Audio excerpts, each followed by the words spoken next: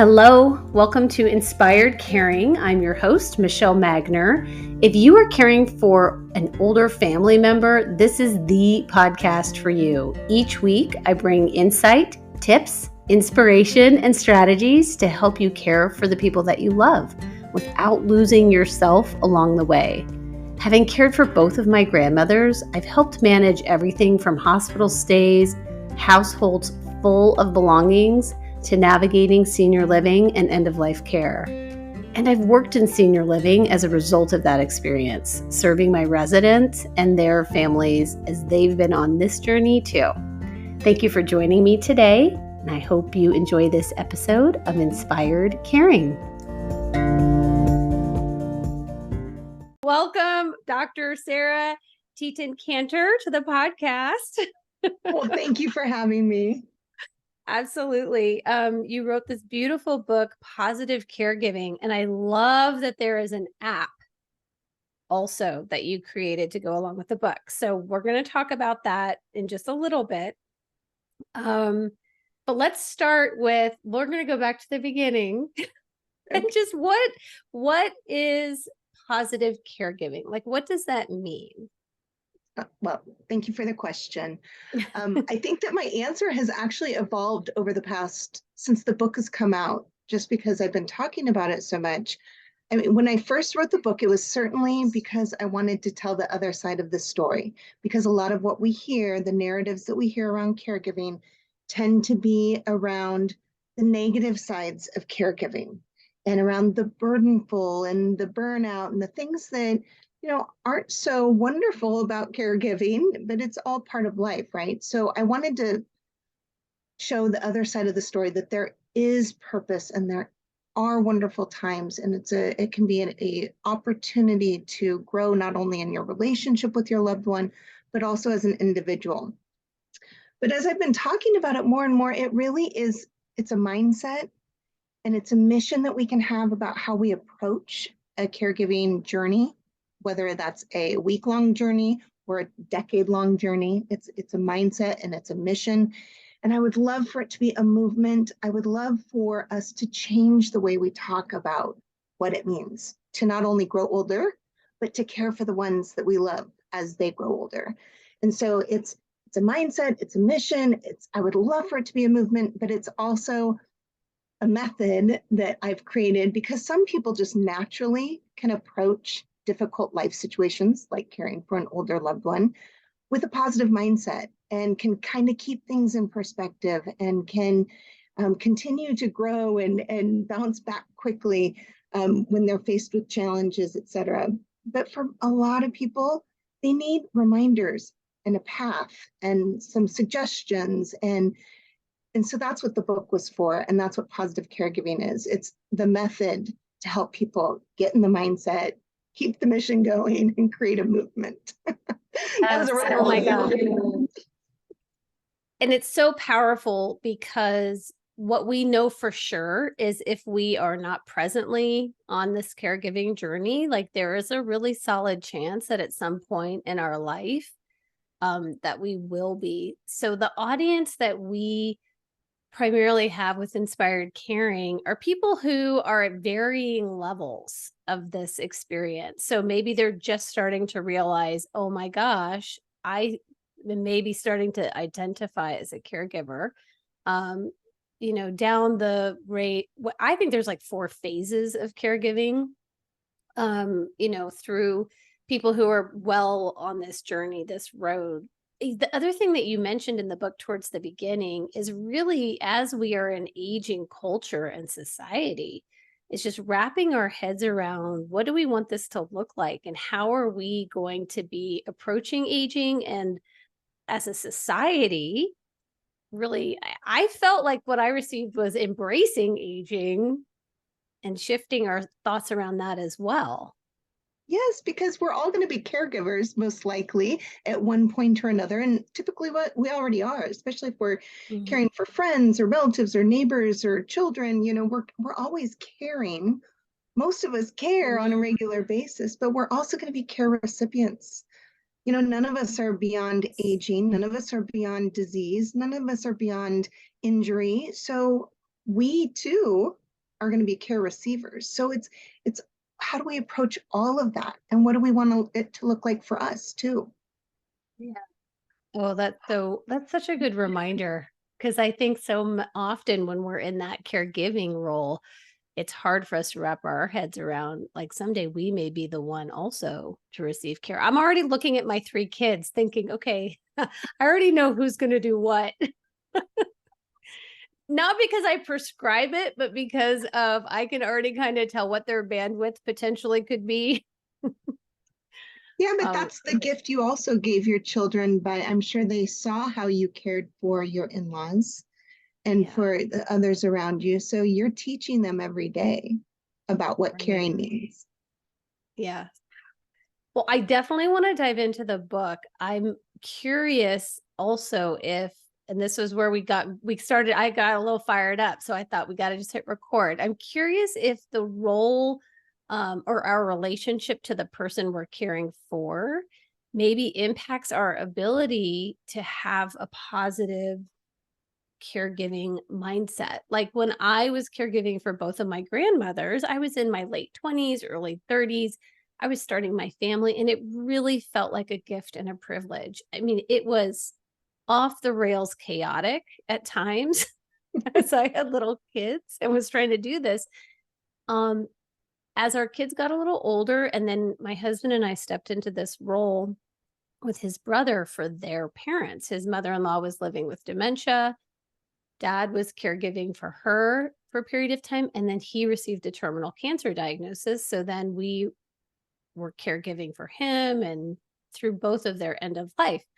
So I'm just wondering, is it, I'm thinking about spouses who are caring for one another, or children and grandchildren. Like, what are your thoughts on that? I think you're spot on that it's going to be an individual experience based on the person you're caring for.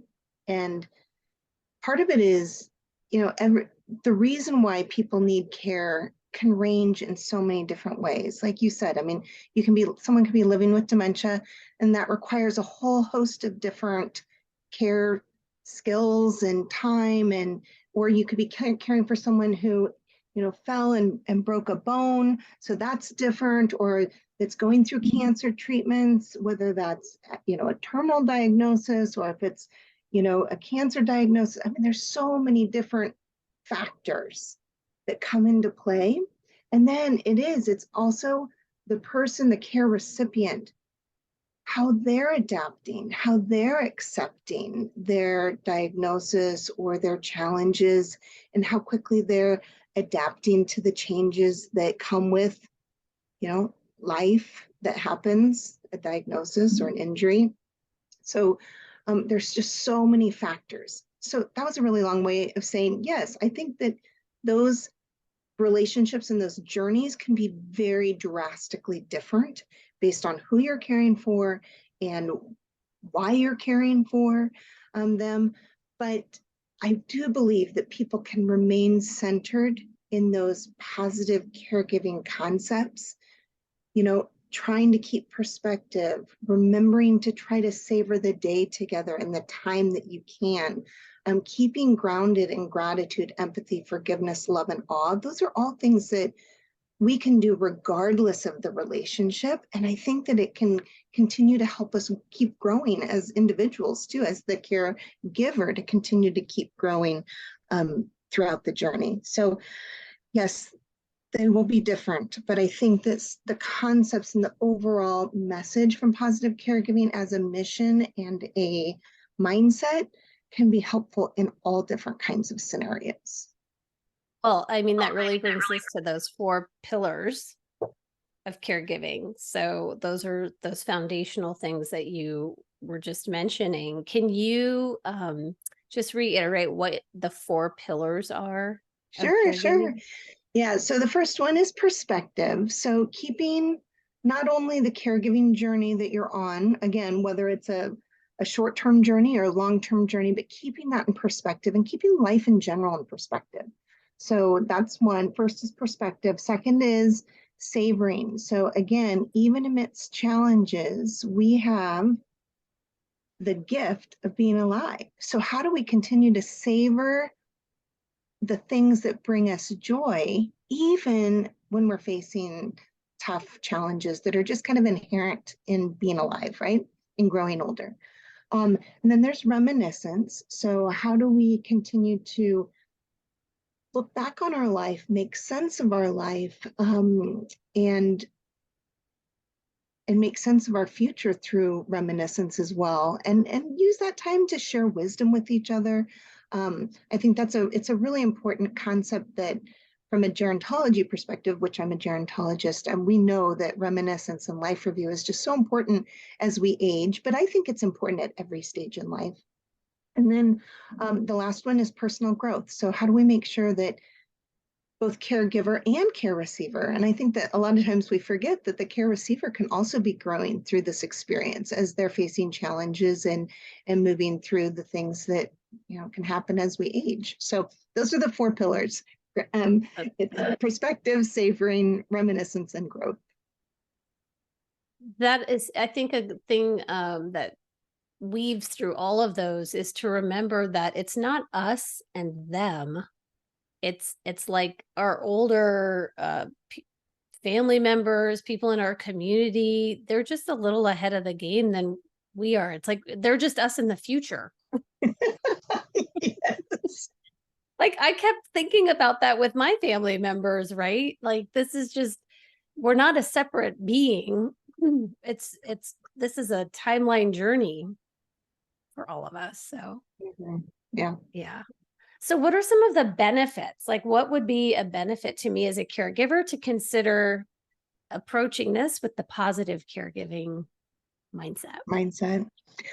Well, certainly building our own personal resilience. And so the one other factor when we, talk about the quote unquote method of positive caregiving beyond those 4 pillars, we identified 5 emotions: gratitude, empathy, forgiveness, love, and awe, that are positive emotions, but they're also skills that we can practice as humans to strengthen them. And then they not only become second nature, but they create lenses through which we can see the world and how we approach the world. And so these 5 emotions, gratitude, empathy, forgiveness, love, and awe, also there's a lot of research, and the book touches on a lot of it as well, of what kind of mental and physical effects, positive effects, that those 5 things can have on us as humans.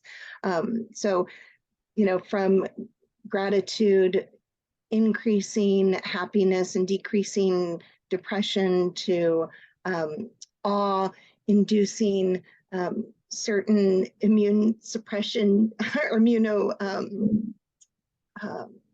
boosting your immune system, all those things. There's a lot of different research that's been done on those 5 emotions, but the reason why we chose those 5 emotions above and beyond the mental and physical benefits of them is that they are direct balancing tools for some of the common negative emotions that we may experience when we're caring for older loved ones. So, of course, we hear about burnout and we hear about burden and all these things, but it's really about stress and anxiety and sadness and fear and guilt and things that we may experience as caregivers. And those are very natural emotions to have when you're caring for someone, especially someone you love, who is facing challenges, whether it's an injury or an illness.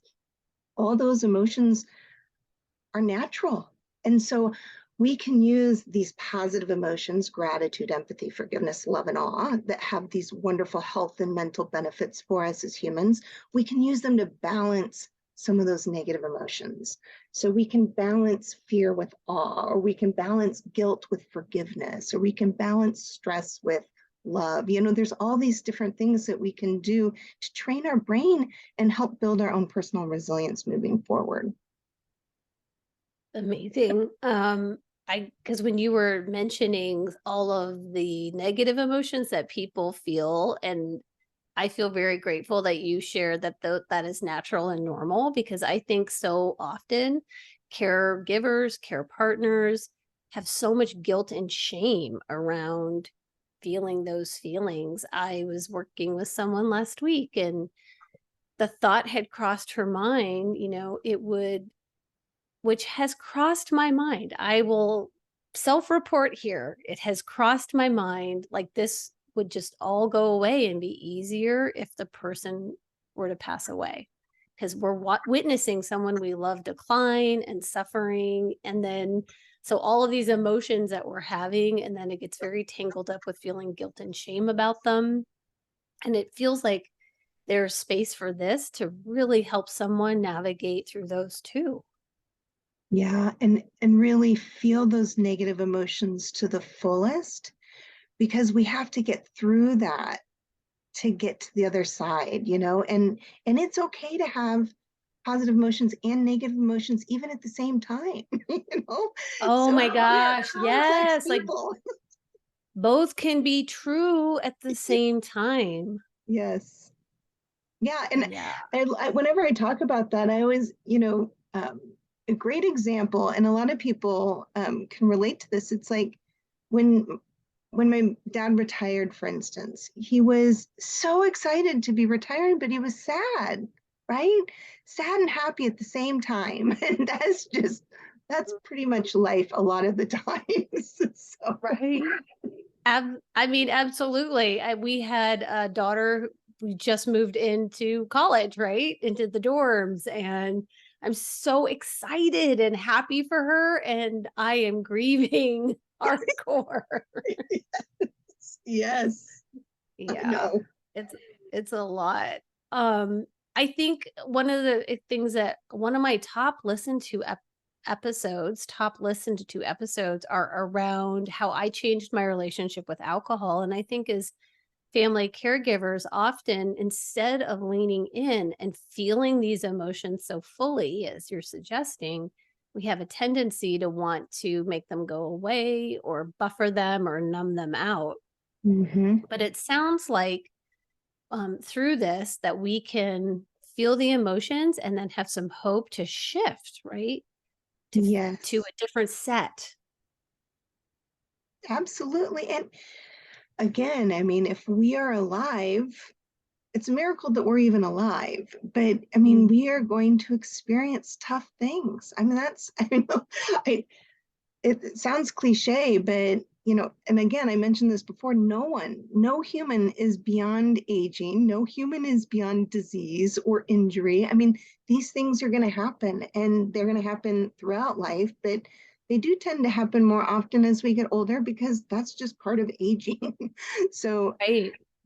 so it's but there's a lot of ways that we can feel those emotions and get in touch with those emotions. But you're right, a lot of people do try to, I mean, we are definitely, I mean, especially in America, we are a death adverse, injury adverse, negative emotion adverse society. We don't like to feel anything that is hurtful or scary. Yes. For certain. I mean, when you just said that, I almost feel like you just flipped on a switch that this book can just be a general manual on how to shift your mindset to have a more positive mindset in general, whether you're in that caregiver role or not. And opening up our idea or mind to we are caregivers, like you said, to friends and neighbors and coworkers and children. So really everybody should read this is what I'm saying. Yes, I think so too. We agree. Survey says yes. Well, so taking advantage of neuroplasticity, because you specifically talk about that in the book, it is possible just to give people hope. Like, I'm too far in this, or I'm too far down this road, or this isn't for me, to just really give you hope that you can do it. And you talk about 40 micro moments of self care. Can you share a little bit about those? Sure. And there are, I'm sure, thousands of ways we can do this, but we just picked out 40 that for caregivers, because a lot of times one of the complaints or one of the often reported things from a caregiving experience or journey is that it's hard to find time to take care of yourself because most caregivers spend a lot of their time caring for others. And so we wanted to provide people some ideas of, you don't need an hour at the spa. You don't need to, take a bubble bath. You can take these micro moments. It can be 5 seconds to 5 minutes to give yourself back a gift of perspective, of savoring, etc. So it just helps you relax, refocus, refresh in just a very short amount of time. So that's what a micro moment of self-care is. Give me some examples. Do you have Sure. any? Yeah, well, I have a lot of favorites, but one of my favorites, and I do this actively every day, is I seek komorebi. And people may not know what that term is, but if you've ever seen sunlight filtering through the trees and the leaves shimmering, and you might even be able to visualize the ray of sun coming through the trees, there isn't a word that is one word in the English language for that experience, to see that sunlight coming through the trees and shimmering. But in Japanese, the word is komorebi. And when I found out, I always naturally would look for that. But when I found out the word, now every morning on a walk, even if I don't have time to go on a walk, I'll look out the window and I will look for komorebi. It just brings me a little burst of energy, and it brings me back to the beauty of being alive. So that's one small thing. But there's also, this is one thing I do a lot, is I'll take a blanket and throw it in the dryer for 5 minutes. And then when I sit down to read a book, or even before I go to bed, it's just this little gift of warmth. I mean, it doesn't feel great when it's 110 degrees outside. It's certainly something that's very comforting. I love and this is one that I do every single day. I breathe in love, exhale fear. So choosing 2 words for your inhale and exhale.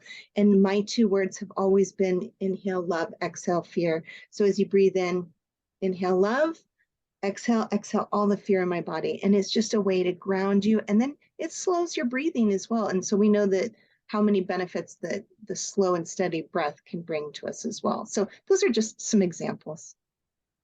I love that. It was a mindful moment when I was doing my meditation, and I realized I had tucked my blanket like really right under my chin. And I put on social media, is this why everybody wears scarves? This is so cozy and reassuring to me. That's Yeah. fabulous. What what else do you feel like caregivers would really benefit from hearing from you? Because you've studied aging, you have a master's in gerontology, your PhD is in gerontology. So you have this caregiver perspective and this aging journey perspective. And what do you feel like is anything fluttering to your mind that they You should know, hear from you? Thank you for asking that question, because no one's ever asked me it in that way. That I studying aging and studying the aging process over the course of my master's and through my doctorate degree. That was a good decade-long journey. And I think that entire time, in the back of my mind, I was really looking for what really matters most in life. What really matters? And I think that there is a parallel here, because what really does matter is gratitude, empathy, forgiveness, love, and awe.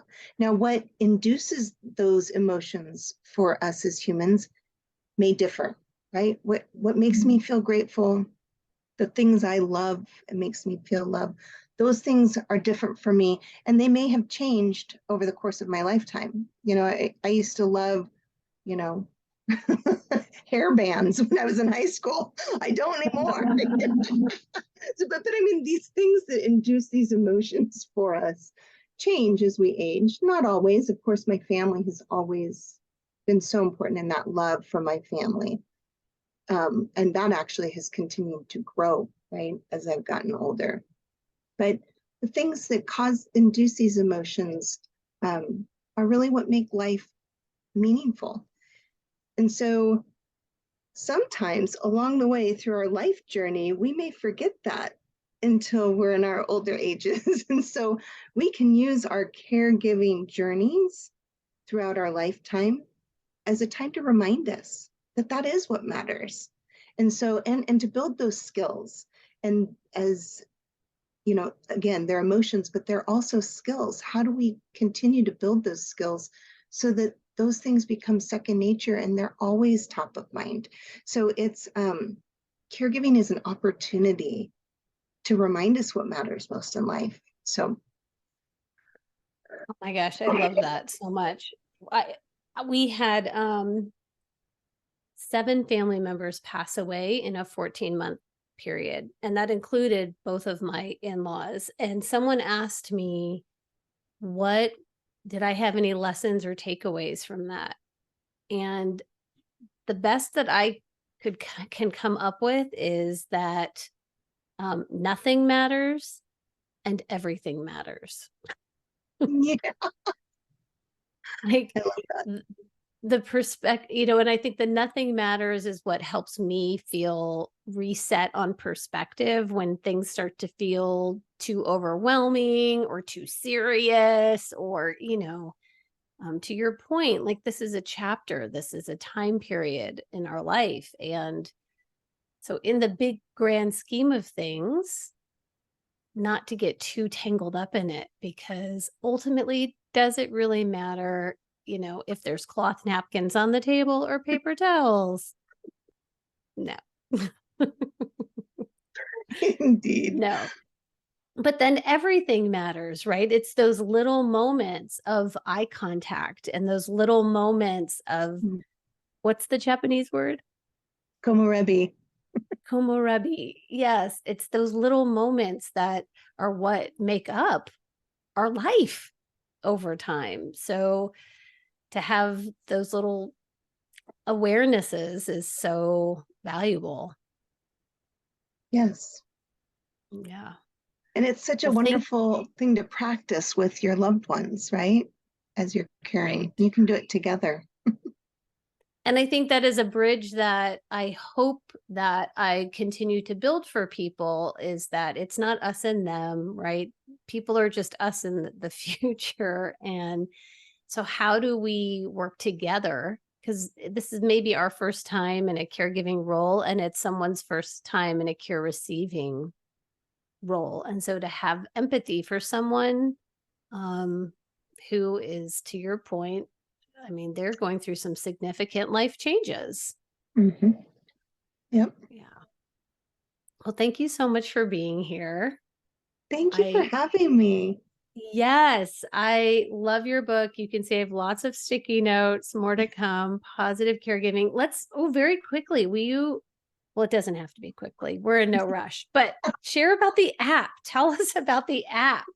Sure. Well, um, it's just a very simple, downloadable, free tool that you can get on the Android or the Apple Store, and it has some of the content that you'll find in the book, but it's, again, another way that can help caregivers keep perspective. So there is, in the app, there is a daily micro moment. There is a daily list of some affirmations. There's daily reflections so that you can keep gratitude, empathy, forgiveness, love, and awe top of mind.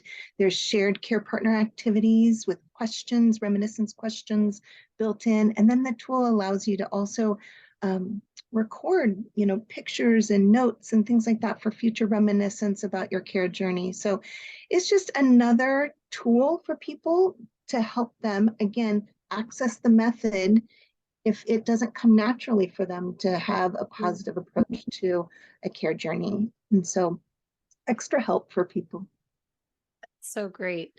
When my father-in-law received his cancer diagnosis, it was like a week later, I thought, okay, I've learned about some gratitude practice benefits. And so I started texting him in the morning, what are you feeling grateful for today? He participated 2 days in a row, and by day 3, his response was, "I'm on to you." I